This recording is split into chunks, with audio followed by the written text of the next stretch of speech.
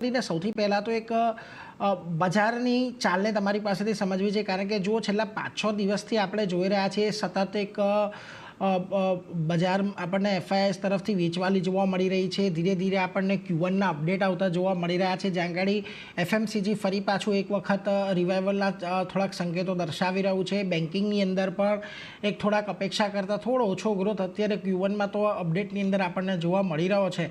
પરંતુ બીજી તરફે હવે યુએસ અમેરિકાની ટ્રેડ ડીલના પણ થોડા ઘણા સંકેતો આપણને મળતા દેખાઈ રહ્યા છે. કઈ રીતે આ બધા સંકેતોને બજારની દ્રષ્ટિએ આપ જોઈ રહ્યા છો હવે? સૌને very good morning.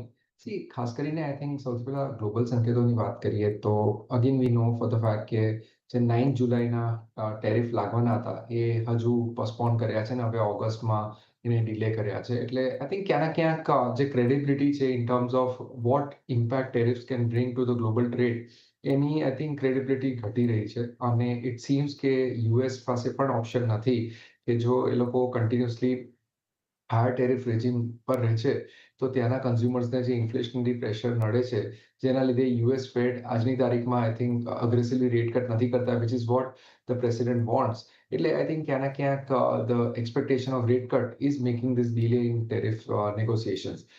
No doubt I think India જોડે જે રીતની વાત છે કે I think at least mini tariff એક મિની ડીલ થશે, ટ્રેડ ડીલ થશે, ત્યારબાદ I think the final trade deal will happen over time. So I think goes to show કે both the parties are negotiating hard. એટલે એમાં ઇન્ડિયાને કોઈ major disadvantage રહે એવી શક્યતા માર્કેટ આઈ થિંક ફેક્ટરિંગ નથી કરી રહ્યું. પ્લસ આપણે જોયું કે રિલેટિવ બેસિસ ઉપર હવે જીઓપોલિટિકલ જે પ્રેશર હતું એ આઈ થિંક હવે ઇટ ઇઝ સબસાઇડિંગ.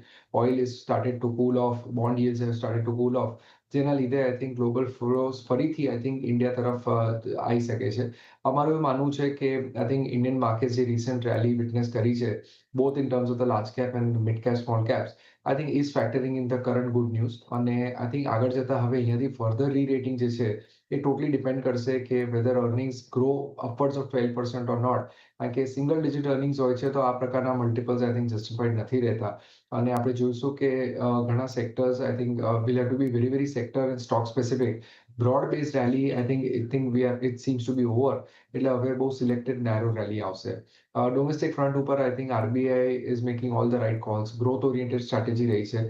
ગવર્મેન્ટ સ્પેન્ડિંગ પણ આ વર્ષ વી આર એક્સપેક્ટિંગ કે ઘણું અગ્રેસિવલી પર્ક્યુલેટ થશે ઇકોનોમીમાં. તો વી આર એક્સપેક્ટિંગ કે FY26 બેસિસ ઉપર I think GDP growth somewhere around 6.5%ની આસપાસ આવે અને નોમિનલ ગ્રોથ છે અરાઉન્ડ 10.5 આસપાસ આવે. તો અર્નિંગ્સ કેન ગ્રો બાય 11-12%. તો that is what market is pencilling. પણ again I think long term investors માટે always there are better entry points જ્યારે માર્કેટ્સ 5-7% કરેક્ટ થાય છે. હમણાં is not the best time to deploy new funds, પણ yes, any correction market looks good for the long term.